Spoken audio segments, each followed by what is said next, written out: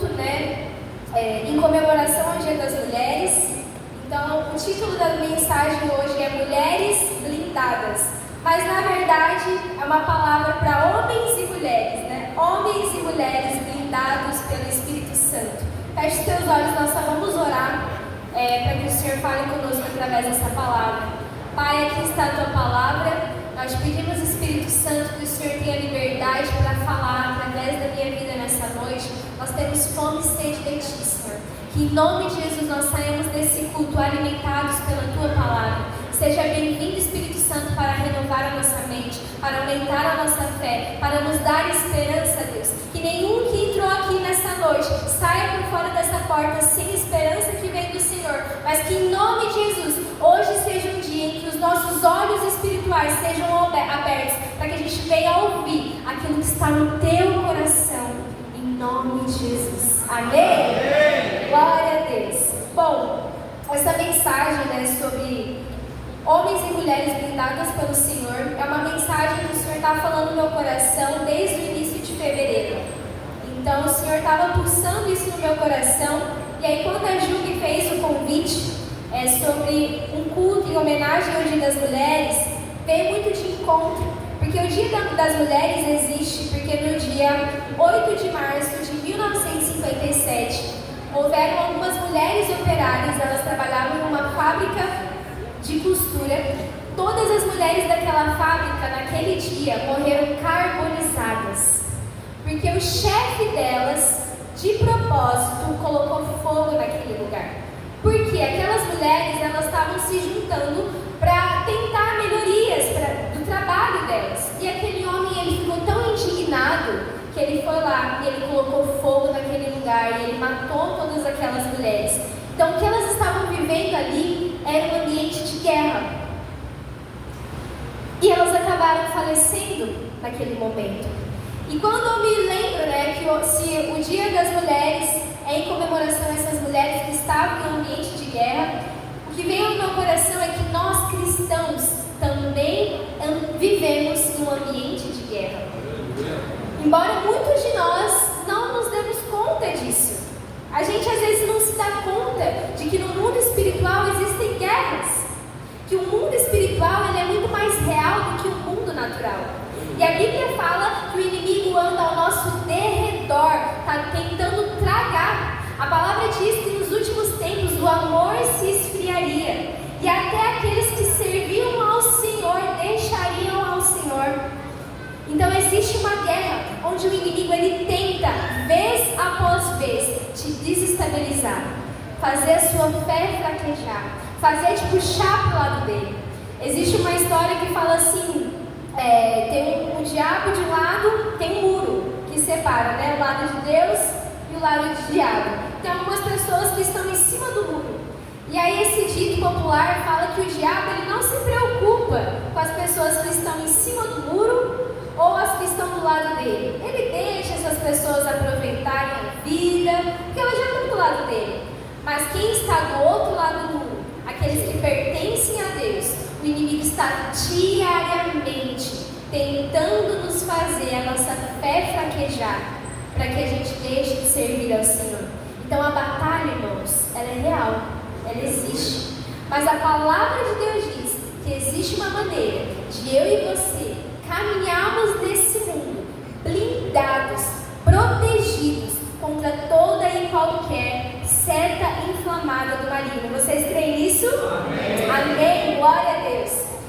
E aí eu gostaria, né, hoje a gente vai refletir bastante sobre Efésios 6. Eu gostaria que os irmãos abrissem, por gentileza.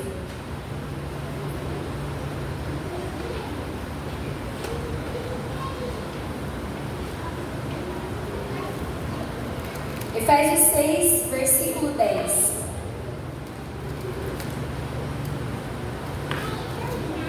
Vai falar assim: finalmente, fortaleçam-se no Senhor e no seu forte poder. Vistam toda a armadura de Deus para poderem ficar firmes contra todas as ciladas do diabo. Pois a nossa luta não é contra seres humanos, mas contra os poderes e autoridades, contra os dominadores deste mundo de trevas, contra as forças espirituais do mal nas regiões celestiais. Então aqui Paulo ele vai falar que existe uma batalha, mas que a nossa batalha não é contra seres humanos.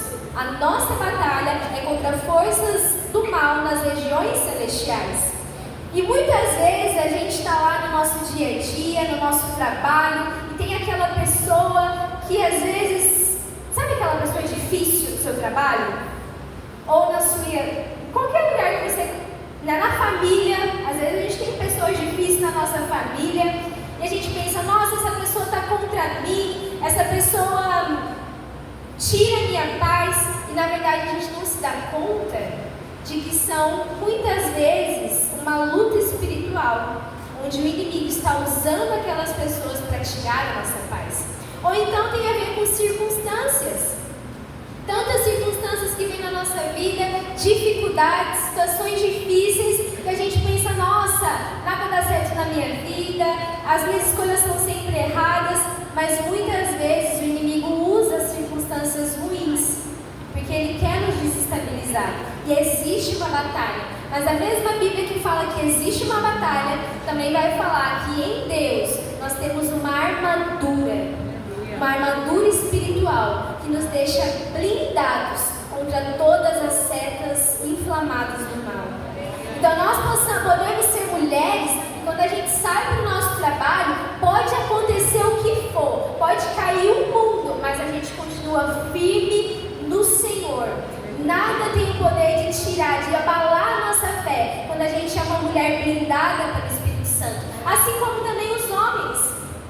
Nada vai poder te desestabilizar, te deixar desesperançoso, se você for um homem blindado com a armadura de Deus. E eu me lembro do filme, alguém já assistiu o filme do Pantera Negra? É um filme da Marvel. Mas nesse filme ele tem uma capa,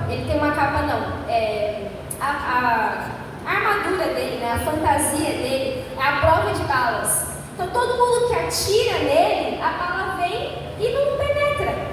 E quando eu olho esse texto e eu vejo que existe essa armadura de Deus para a vida de todo cristão, é como se quando a gente se reveste da armadura de Deus, a gente vai caminhando pelo mundo, o inimigo vai tentando lançar flechas inflamadas sobre a nossa vida, mas nenhuma dessas flechas terão o poder de entrar no nosso coração, penetrar na nossa vida. Existe a possibilidade da gente caminhar guardado e protegido pelo Senhor. E a Bíblia fala que isso acontecia com Jó. Na época de Jó, a Bíblia vai falar que Satanás apareceu diante de Deus. Tinha uma reunião lá com os anjos, Satanás apareceu. E aí Satanás vai falar de Jó. Olha o seu filho Jó, você viu o seu filho Jó? Nada de ruim acontece com ele, porque existe uma proteção do Senhor sobre ele. Em Jó 1,10 vai falar: Tu puseste um muro de proteção ao redor dele, de sua família e de seus bens, e abençoaste em tudo o que ele faz. Então Satanás vai diante de Deus e fala assim: olha, o seu filho Jó só te teme porque existe um muro que protege a vida dele. Eu não posso tocar na vida de Jó. Quem aqui quer sair essa noite com um entendimento espiritual, um revestimento do Senhor, para que o inimigo não tenha mais poder de tocar em nenhuma área da sua vida? Levanta sua mão com fé. Amém. Glória a Deus. E como? Como então nós podemos caminhar como Jó? Como então nós podemos nos revestir das armaduras espirituais? Aqui no texto de Efésios 6, ele vai explicar isso. E a gente vai continuar. Então, vai falar das armaduras de Deus. Versículo 13.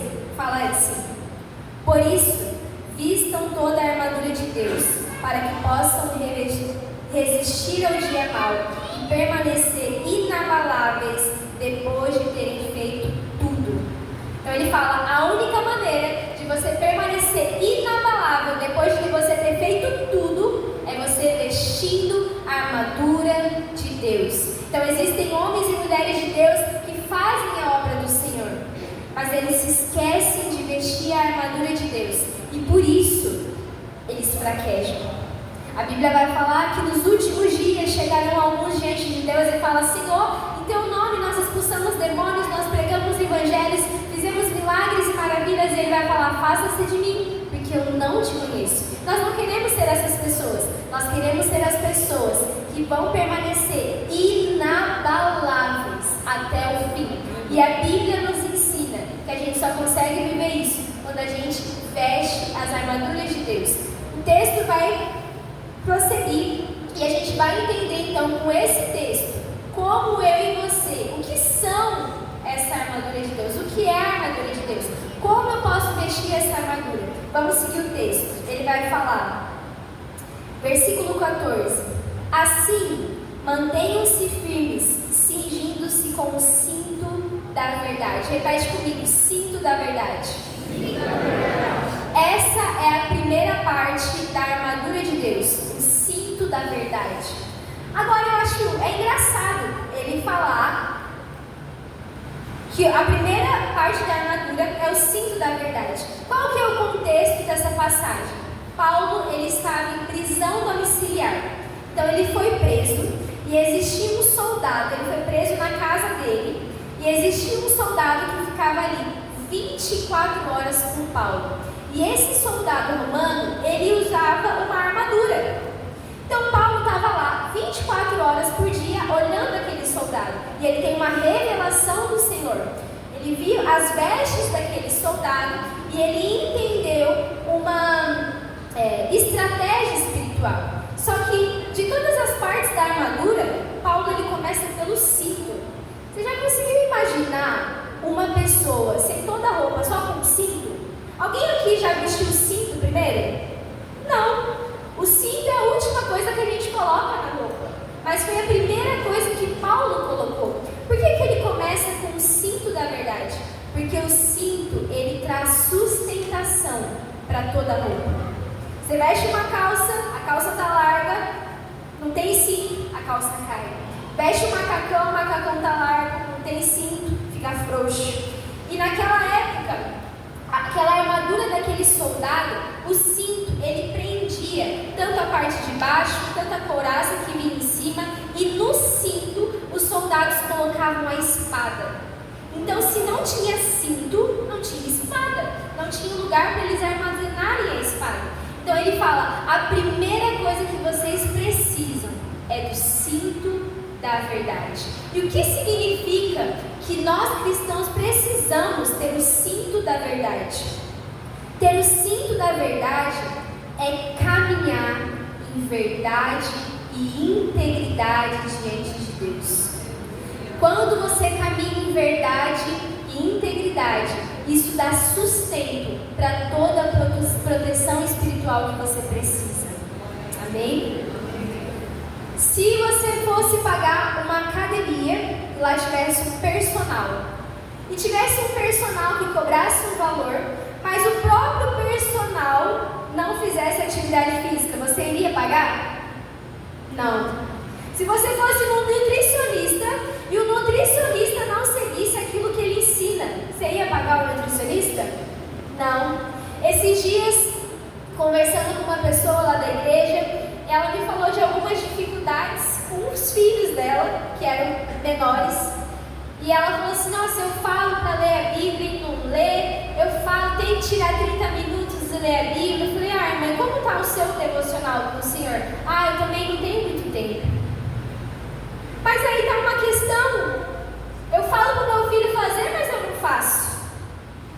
E sabe o que acontece? Quando a gente não vive em verdade e integridade, a gente abre espaço para acusação. Ué, personal, você está me falando para eu fazer atividade física, mas nem você faz? Ué, nutricionista, você está me falando que eu não posso comer um pão francês de manhã, mas você come. Não é verdade? Toda vez que uma pessoa, ela mente, ela abre espaço para acusação. Não é verdade? Só que toda vez que eu e você, filhos de Deus, mentimos, quem nos acusa é Satanás. Deus não nos acusa. O próprio Deus não nos acusa. Mas Satanás nos acusa. Ele nos acusa para nós mesmos e ele nos acusa diante de Deus. A gente, às vezes, vamos supor uma pessoa que é cristã e tem uma vida cristã de exemplo na igreja. Então, na igreja ora, na igreja lê a Bíblia, mas em casa não. Sabe o que Satanás vai fazer? Toda toda vez que estiver em casa, Satanás vai te acusar, vai acusar aquela pessoa. Não precisa de outras pessoas. Ele vai falar, olha, mas lá na igreja você ora, e aqui em casa não. Você não tem esse valor que você acha. E Satanás também te acusa diante de Deus. Ele vai para Deus, assim como ele foi com Jó, mas com Jó ele foi para falar, olha, ele te teme porque o Senhor protege, mas Satanás vai diante de Deus e fala assim, olha aquele filho, o Senhor está abençoando ele, mas ele está vivendo uma mentira. Então toda mentira abre espaço para acusação. Só que a acusação, ela nos afasta de Deus.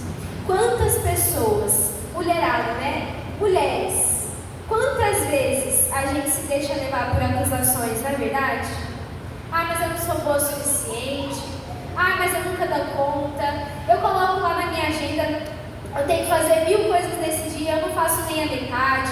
Ah, mas quando eu acho que eu estou cuidando bem da minha família, aí a vida do ministério já dá uma quebrada. Aí quando eu consigo controlar as duas coisas, no trabalho eu já dou uma diminuída. São acusações na nossa mente. Só que as acusações, elas nos afastam de Deus. Então não é a vontade de Deus que eu e você vivemos com acusações na nossa mente.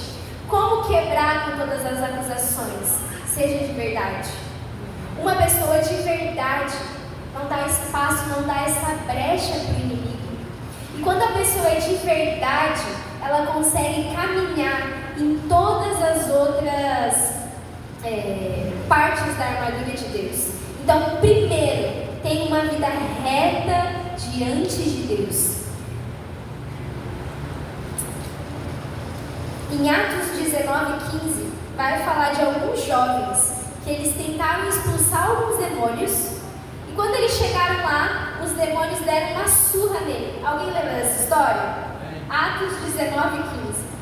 E aí eles vão lá expulsar aquele demônio, e o demônio bate em todos eles. E aí o espírito maligno olha para eles, e aí eles falam assim, pelo Deus de Paulo, eu te repreendo em nome de Jesus. E aí o espírito maligno fala assim para ele, Jesus eu conheço, Paulo eu sei quem é, e vocês, quem são vocês? Aqueles jovens, eles tentaram expulsar aquele demônio sem viver a verdade do Evangelho. Então eles foram acusados pelo inimigo. Então toda vez que a gente não vive com integridade, é isso que acontece. E nós temos na Bíblia o exemplo de uma mulher que escolheu falar a verdade em um momento em que a verdade poderia custar tudo para ela. Essa mulher foi a mulher do fluxo de sangue. Essa passagem está lá em Marcos 5:25. Irmãos, vocês estão quietos hoje, né? Se vocês quiserem falar um amém, glória a Deus, vocês podem falar, irmãos. Marcos 5:25-34. Por favor, pode abrir lá.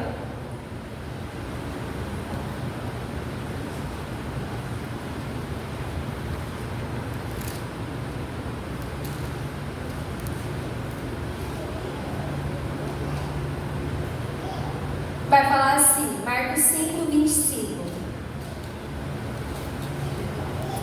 Estava ali certa mulher que havia 12 anos vinha sofrendo de hemorragia.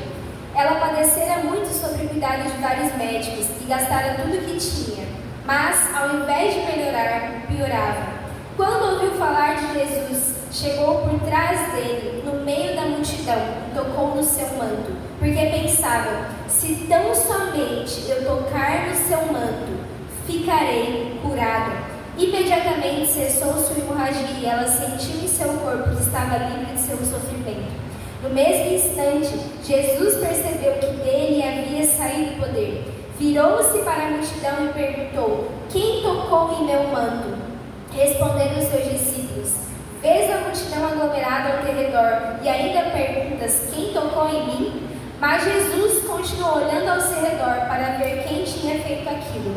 Então a mulher, sabendo o que tinha lhe acontecido, aproximou-se aos seus pés e, tremendo de medo, contou-lhe toda a verdade. Então ele lhe disse, filha, a sua fé a curou. Vá em paz e fique livre do seu sofrimento. Glória a Deus. Contextualizando isso daqui, Essa mulher, havia 12 anos, ela sofria hemorragia.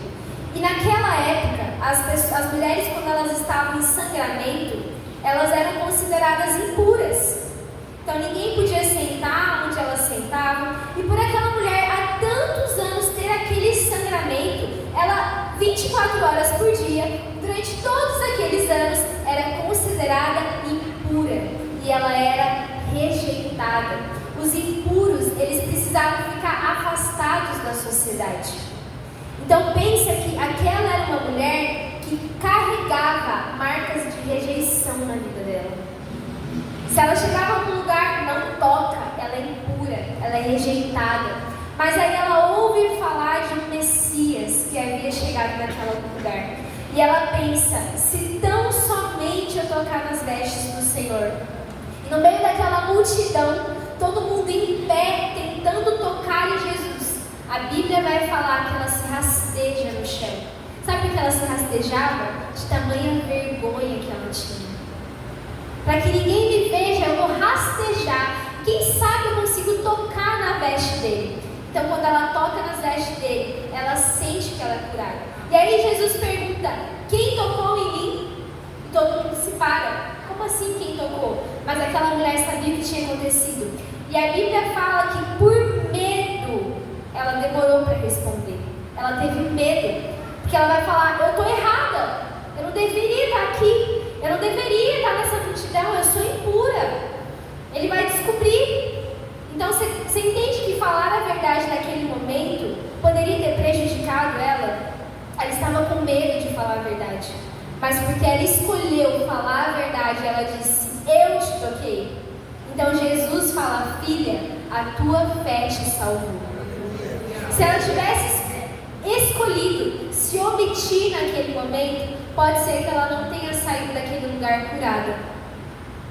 Então a mentira, a omissão, a falta de verdade nos afasta dos propósitos de Deus e abre uma brecha na nossa armadura contra o inimigo. Então toda vez que nós caminhamos em um lugar de não ter retidão diante da presença do Pai, pode ter certeza que o inimigo vai te acusar. Então essa brecha, essa lacuna precisa ser fechada para que o seu cinto esteja ajustado. Amém? Amém. Amém. Glória a Deus. Está fazendo sentido para os irmãos? Amém. Então a gente vai para a próxima parte. Vamos voltar lá em Efésios 6.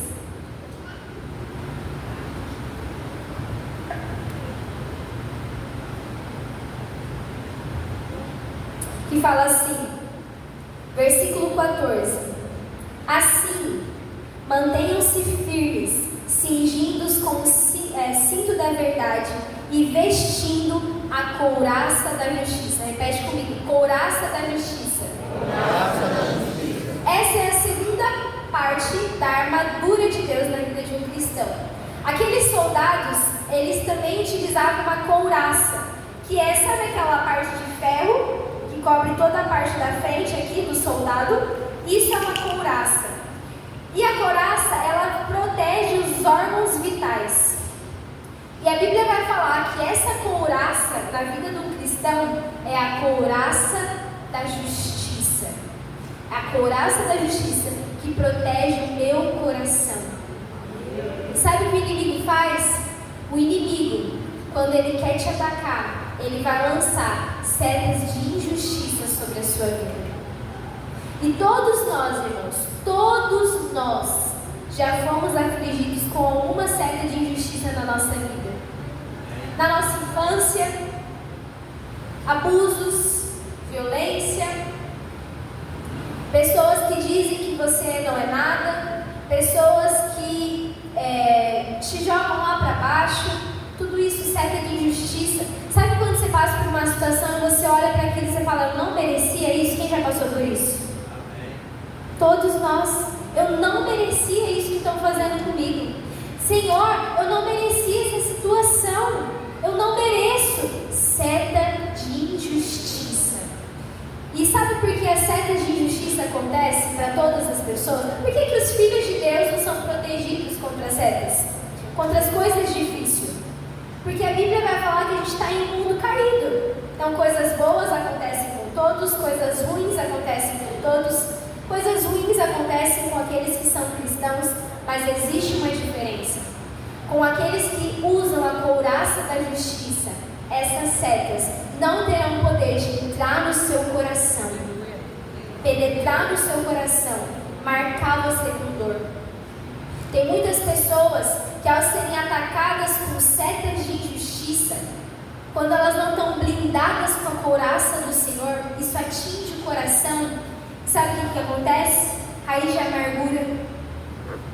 A gente se torna uma pessoa amarga. Amarga com as pessoas que nos cercam, amarga com tudo e com todos, amarga com Deus. Deus, eu não merecia isso. Eu não vou mais na igreja, porque quando eu vou na igreja nada acontece, as coisas ruins continuam acontecendo. E é isso que o inimigo quer. Porque uma pessoa que ela começa a carregar a dor das setas de injustiça, ela começa a adoecer. Ela começa a ser paralisada pelas mentiras do inimigo. E ela fica paralisada. Então essa é a vontade de Deus. E o que significa eu e você vestirmos a couraça da justiça? Eu gostaria que os irmãos abrissem Jeremias 23, para a gente entender um pouquinho. Jeremias 23, versículo 5.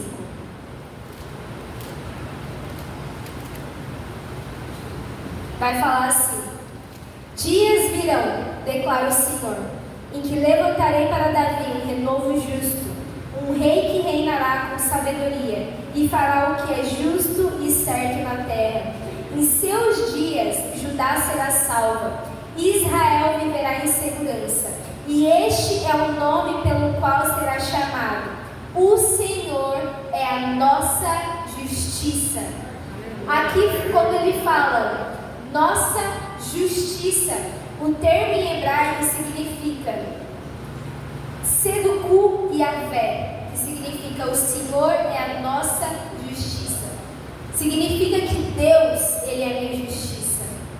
Significa que o Senhor fará justiça com aquilo que eu não posso fazer. Então o Senhor nos convida. Sabe aquelas setas de injustiça que lançaram sobre você? Entrega essas setas diante de mim e permita que eu seja a sua justiça. E aí, quando eu tenho a couraça da justiça, não importa as setas que o inimigo lançar contra o meu coração, porque eu vou estar firme no Senhor, dizendo: o Senhor é a minha justiça, e nele eu porei a minha esperança. Amém? Glória a Deus. Só que muitos de nós carregamos setas de injustiça, de coisas passadas no nosso coração. Quando eu escolho entregar a Deus, estão aqui as coisas que aconteceram comigo. Setas de injustiça. Tudo aquilo que não é compatível com a realidade do reino de Deus é uma injustiça que foi acontecendo na sua vida. Mas quando eu olho, Deus, está aqui, eu te entrego. Sabe o que Ele vai fazer? Ele vai ser como um jardineiro no seu coração. Imagina um jardineiro. Pense no jardineiro que ele vai para um lugar. Quando ele chega, pensa assim, imagina na sua mente um jardim destruído. Pensa assim, cheio de mato, cheio de sujeira, cheio de ervas daninhas. Porque é isso que acontece com o meu coração. Quando eu vou guardando essas setas de injustiça, vai gerando um bolo de amargura, um bolo de ofensa, um bolo de tristeza, um bolo de ódio, de rancor. Está tudo isso aqui, ó, no meu coração.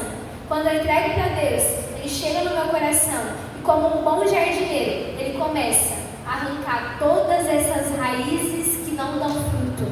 Ele vai limpando, Ele vai arando aquela terra, até que aquela terra se torne uma terra boa, tratada, pronta para receber as novas sementes dele no meu coração. E Ele vai curando as nossas feridas, para que a gente não mais olhe a vida numa perspectiva de dor. Mulher, homem, Deus não deseja que você caminhe nessa vida olhando a vida numa perspectiva de dor. Ele quer que você olhe para a vida numa perspectiva celestial, amém? Então Ele nos chama nessa noite para entregarmos a nossa dor para Ele, para entregarmos essas setas para Ele, para que isso não mais determine a maneira que a gente vai viver nessa terra. E à medida que isso acontece, novas setas de injustiça continuam vindo na nossa vida, porque nós estamos no mundo. Então não vai parar. Enquanto a gente estiver aqui, não vai parar. Você pode ter uma outra seta no seu trabalho, e se a gente não se blinda contra essa seta, sabe o que vai acontecer? Deus está lá limpando o meu coração e o diabo está lá plantando novas ervas daninhas. O que eu faço então para blindar o meu coração? Eu visto a couraça da justiça do Senhor. Olha, lá no passado fizeram aquela injustiça contra mim. Meu pai me abandonou, a minha mãe me abandonou, o meu pai me maltratou, a minha mãe me maltratou. E quando isso está tão enraizado, na minha mente está assim: eu sou um rejeitado, eu sou uma maltratada, eu não vou dar certo, porque lá no passado me disseram que eu não ia dar certo. A partir do momento que eu decido vestir a couraça da justiça, existe algo blindando o meu coração. Aleluia. E a todas as vezes que novas setas de injustiça vierem contra mim, eu vou me lembrar: o Senhor é a minha justiça. E eu não permito mais que a dor determine a maneira que eu vou olhar para a minha vida. A partir de hoje, a palavra de Deus determina os meus próximos passos. Amém? Amém. Glória a Deus. Glória a Deus. Amém. Na Bíblia, nós também temos o exemplo de uma mulher que o Senhor foi a justiça dela. E essa mulher se chamava Lia. História de Lia e Raquel, as duas, elas se casaram, elas eram irmãs, elas se casaram com o mesmo homem, e ele amava Raquel e desprezava Lia. Lia era desprezada por todo mundo. E a palavra vai dizer lá em Gênesis 29:31 o seguinte: o Senhor foi a justiça de Lia. Quando o Senhor viu que Lia era desprezada, concedeu-lhe filhos. Raquel, porém, era estéril. Lia fez justiça? Não. O Senhor fez justiça na vida de Lia. E algo que eu aprendi com o meu pastor esses dias, porque a gente também teve uma série sobre Efésios 6 na minha igreja esses dias. Ele trouxe o seguinte, que o significado de justiça tem dois termos na palavra original: justiça. Primeiro é sedaká, que significa retidão, e o segundo nome é muspat, que significa ressarcimento, justiça. O que isso tem a ver? Quando eu e você decidimos andar em retidão diante da palavra de Deus, fazendo tudo aquilo que Ele tem para nós e escolhendo confiar que Ele é a nossa justiça, Ele mesmo irá ressarcir tudo aquilo que você perdeu devido à injustiça na sua vida. E quando nós olhamos para a Bíblia, em todas as histórias, é isso que acontece. José foi afligido com muitas setas de injustiça na vida dele, mas o Senhor ressarciu tudo aquilo que ele perdeu. Assim como Jó, assim como Davi, assim como Lia. Essa é a palavra de Deus. Não queira fazer justiça com as suas próprias mãos. Isso também tem a ver com a liberação do perdão. Quando você está guardando ali uma falta de perdão, é como se você estivesse fazendo a justiça com a sua mão. Mas quando eu escolho confiar em Deus, e perdoar não tem a ver com você esquecer o que aconteceu, tem a ver com você tirar aquele peso do seu ombro e entregar nas mãos do Senhor. O Senhor é a minha justiça, eu confio no Senhor. Quando você toma essa decisão, Ele mesmo ressarce tudo aquilo que você perdeu. Amém? Amém. Glória a Deus.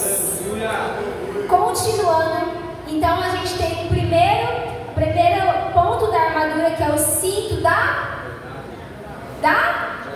verdade, a couraça da justiça. E o próximo ponto, em Efésios 6, versículo 15, ele continua: e tendo os pés calçados com a prontidão do Evangelho da paz. O que isso significa? Naquela armadura daquele soldado, ele também tinha uma sandália. Sabe aquela sandalinha de Jesus? Toda vez que tem um teatro aqui, os homens estão com a sandalinha de Jesus, né? Só que os soldados, eles não usavam qualquer sapato. Os teólogos vão dizer que embaixo do calçado daqueles soldados tinha alguns cravos. E aqueles cravos possibilitavam que eles subissem as ladeiras sem escorregar. Então eles estavam correndo, tinha uma ladeira, tinha as pedras, aqueles cravos embaixo do sapato ajudavam que eles fossem com mais velocidade. Só que também, quando eles estavam naquela batalha e alguém caía diante deles, eles pisavam em cima das pessoas com aquele sapato e os cravos também se tornavam uma arma de ataque. Então, a Bíblia vai dizer, relacionar isso com os sapatos da prontidão do Evangelho da paz. O que isso significa? Eu e você precisamos ter a paz de Deus. E isso nos protege contra as setas inflamadas do inimigo. A paz de Deus te faz avançar. E a paz de Deus se torna uma arma de ataque contra o inimigo. Porque, como eu falei, o inimigo, ele tenta de todas as formas contra nós. Ele vai tentar tirar a nossa paz. Mas quando ele vê que eu e você permanecemos em paz diante de Deus, aí ele se sente derrotado. Aí ele sabe que ali ele não vai ter lugar para atuar. E isso é ter os pés calçados com a prontidão do Evangelho da paz. Para o mundo, o que é ter paz? Para o mundo, paz é ter a ausência de conflitos. Se você chegar lá no mundão, falar com uma pessoa, o que é ter paz para você? A pessoa vai falar assim, ter paz é quando tudo vai bem, quando eu tenho uma família boa, quando eu tenho um emprego bom, quando eu tenho dinheiro para o meu final de semana, eu fazer uma festa, fazer um churrasco, ir no restaurante. Isso é ter paz, é ter uma vida que tudo vai bem. Mas não é isso que a Bíblia diz que é ter paz. A paz de Deus supera a ausência de conflitos. Ela é superior. Ter a paz de Deus é permanecer em paz mesmo quando nós temos conflito na nossa vida. Essa é a paz que excede todo entendimento. E é algo que eu e você temos disponíveis. Nós temos acesso em Deus. Porque essa é uma promessa de Jesus.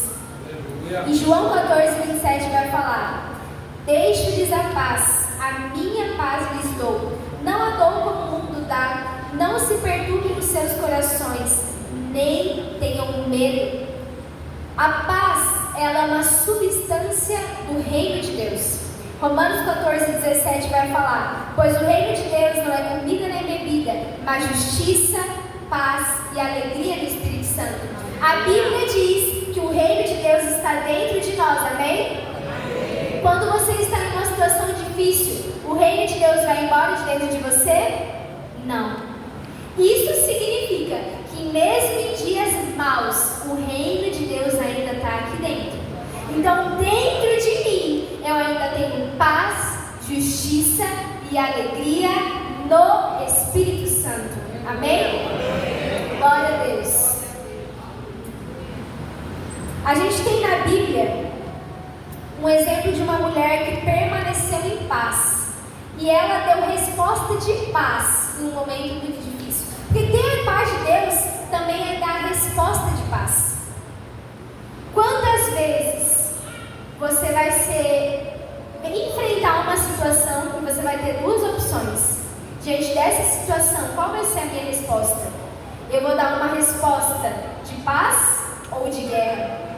Quando a gente se esquece que a nossa luta não é contra a carne, mas é contra as forças da região espiritual, a nossa primeira atitude é reagir com guerra. A gente reage com guerra contra os irmãos da igreja, a gente reage com guerra contra as pessoas que nos cercam, mas a Bíblia nos chama a responder com paz. Porque quando a gente responde com paz, isso é algo que me blinda diante de Deus. Sabe aquelas frechas? O inimigo, irmãos, ele atua nas frechas da nossa vida. Então não respondeu com paz, está causando guerra, está levantando guerra. Flecha. É um buraco aberto na sua armadura para o inimigo vir e te atacar. Então responda sempre com paz, para que isso te guarde em proteção. E a mulher que agiu com paz foi Abigail. Vamos ler lá, 1 Samuel 25. Eu amo abrir a palavra de Deus, então a gente acaba lendo muito a Bíblia.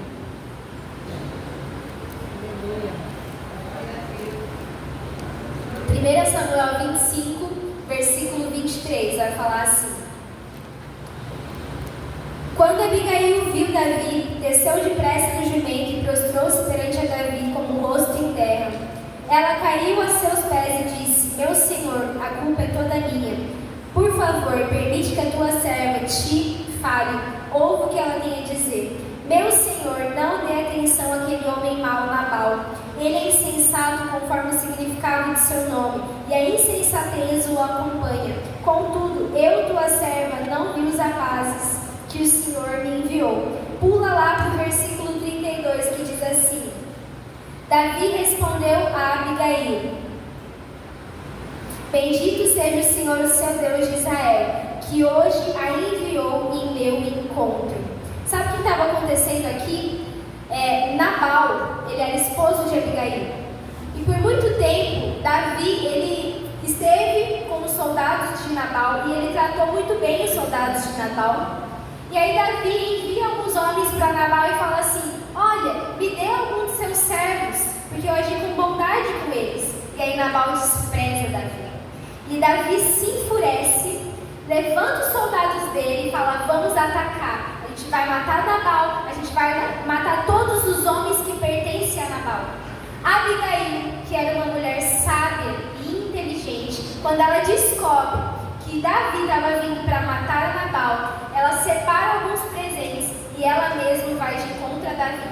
Quando ela encontra com Davi, ela se ajoelha e fala: Senhor, me perdoe, meu Senhor, a culpa é toda minha. Abigail poderia ter se revoltado, assim como Nabal. Quem é esse Davi para vir querer pedir alguns servos? Quem é esse homem? Ela poderia, não poderia? Mas ela respondeu com paz. E isso guardou a vida dela e de toda a família dela. Então a paz de Deus é algo que te protege e te blinda contra algumas setas inflamadas do inimigo. Amém? Amém. Glória a Deus. Continuando Efésios 6. Então a Bíblia ela vai falar de várias partes dessa armadura. Tem muitas coisas que quando a gente faz diante da presença de Deus, o diabo não vai ter espaço para que as flechas dele venham nos desestabilizar diante de Deus. Versículo 16 vai falar assim: Além disso, usem o escudo da fé, com o qual vocês poderão apagar todas as setas inflamadas do inimigo.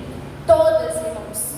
Com o escudo da fé, a gente pode apagar todas as setas inflamadas do inimigo. Naquela época, eles usavam um escudo, e o escudo era enorme, era bem grandão assim, desse tamanho. Esse escudo tinha couro. Eles pegavam esse escudo, encharcavam na água e saíam para a batalha. Os exércitos inimigos, quando eles enviavam flechas, eles colocavam fogo na ponta dessas flechas e lançavam. Mas quando aquele fogo encontrava aquela armadura com água, o fogo se apagava. Então a Bíblia vai falar que quando a gente tem fé, nenhuma seta inflamada do inimigo vai atingir o nosso coração. Amém? Glória a Deus. E como a gente faz? O que seria eu pegar o meu escudo e aguar ele? Eu preciso pegar a minha fé, preciso aguar ela na palavra de Deus. Isso me blinda contra essas setas inflamadas. Amém? A Bíblia vai falar o seguinte, em Romanos 10:17 diz: Consequentemente, a fé vem por ouvir, e ouvir a mensagem, que é ouvida mediante a palavra de Deus. Então encharque a sua fé com a palavra de Deus. Quantos aqui não receberam uma palavra de Deus, uma promessa de Deus, E logo em seguida veio medo, dúvida, incerteza. Será que isso é para mim mesmo? Mas eu acho que eu não sou tão capaz disso não. Fulano é mais capacitado do que eu. Ciclano é mais simpático. Beltrano é mais inteligente. Aí as circunstâncias não estão a favor. Isso tudo são setas do inimigo, tentando paralisar a tua fé. E o que eu faço para eu manter a minha fé firme? Eu mergulho a minha fé na palavra de Deus. Nós também temos na Bíblia outra mulher que se apoiou na palavra de Deus. E essa mulher, ela é a mulher cananeia, que está lá em Mateus 15. Vamos abrir, por favor.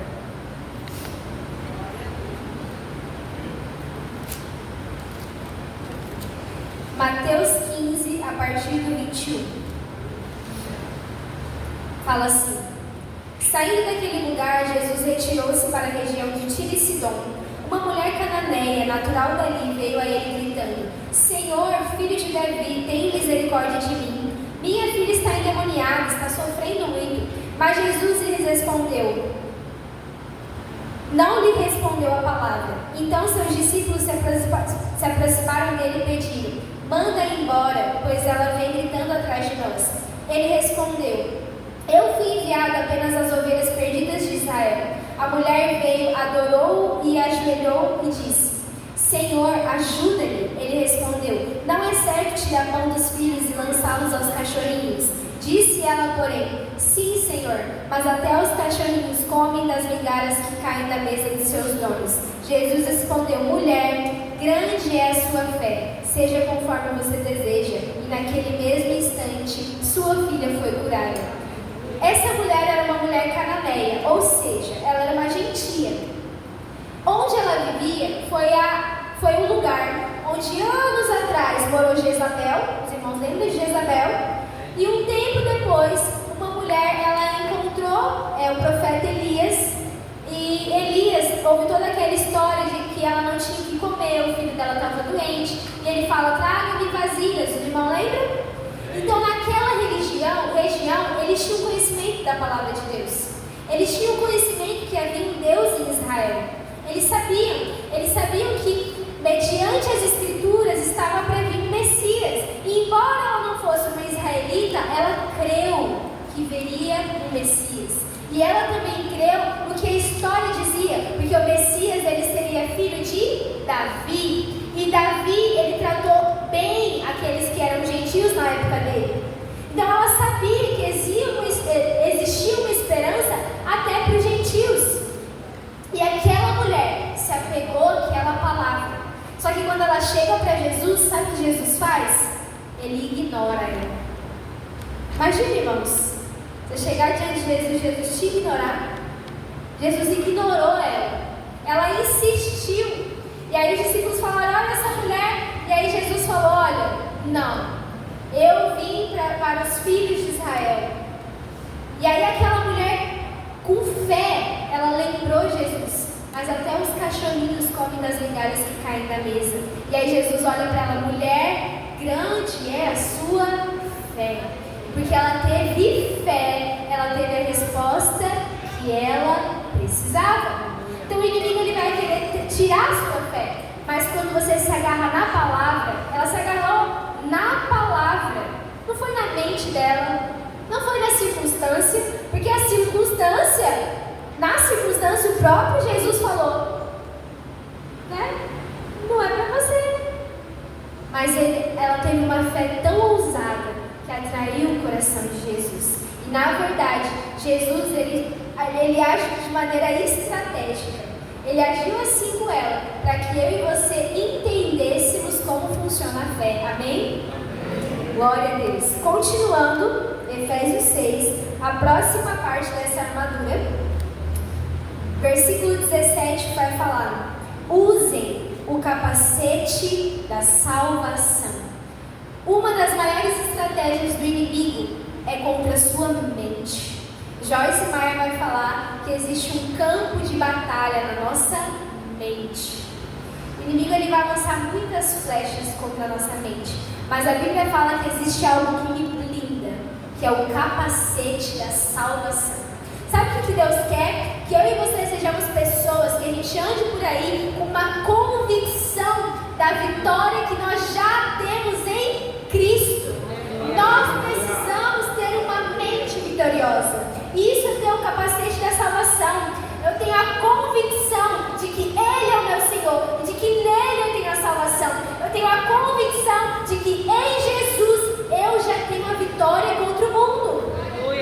Isso é ter o capacete da salvação. Só que muitas vezes a gente não usa essa arma espiritual. A gente, sabe, tem aquele ditado: a gente não pode impedir o passarinho de pousar, mas a gente pode impedir ele de fazer um ninho.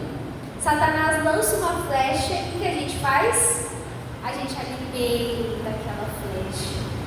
Ai, mas a pessoa passou e não me cumprimentou, ela não gosta de mim. E aí eu vou aumentando, alimentando aquela flecha maligna. É preciso revestir a minha mente com o capacete da salvação. Nada do que as pessoas me digam pode violar quem eu sou. Eu sou uma filha de Deus. Eu sou um filho de Deus.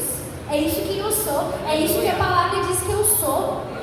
E quando eu tenho uma mentalidade de vitória, então eu consigo caminhar em direção a tudo que Deus tem para mim. Em 1 João 5,4 vai dizer: o que é nascido de Deus vence o mundo. E a gente tem um exemplo de Débora. Débora era uma mulher que na época dela tinha uma mentalidade de vitória. Lá em Juízes 4, do 1 ao 9, vai falar que na época dela, ela era uma profetisa. E há 20 anos o povo estava sendo duramente oprimido pelo exército inimigo. Então pensa, você é a profetisa, só que faz 20 anos que o povo é duramente oprimido. E aí Deus dá uma palavra: vai e avança contra o exército inimigo, porque eu dou a vitória. A situação era tão crítica, irmão, que tem um líder lá daquela época, o nome dele, é que eu não li a passagem, né? Baraque, né?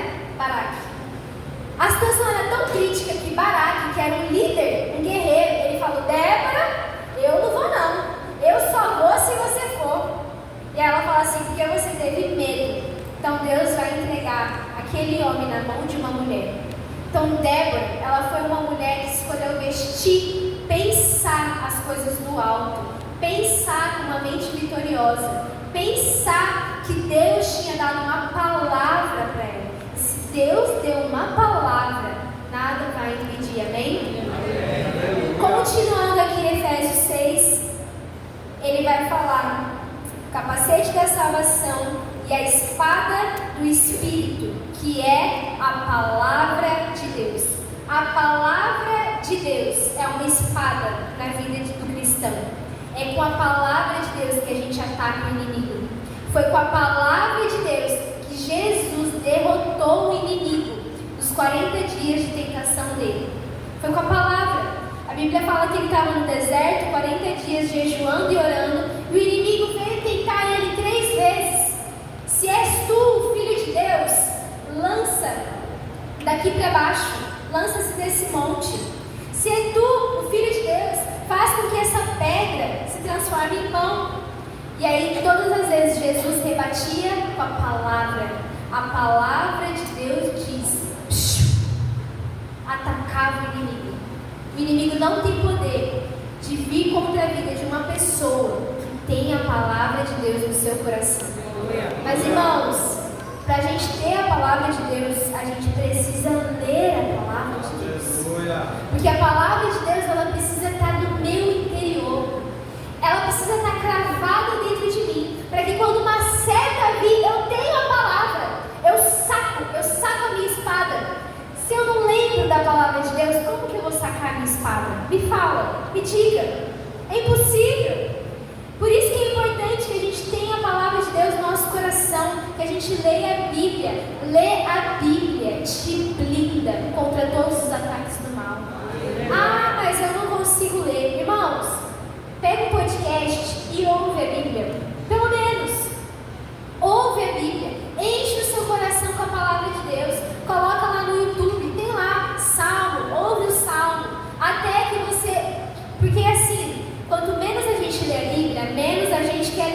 concordam?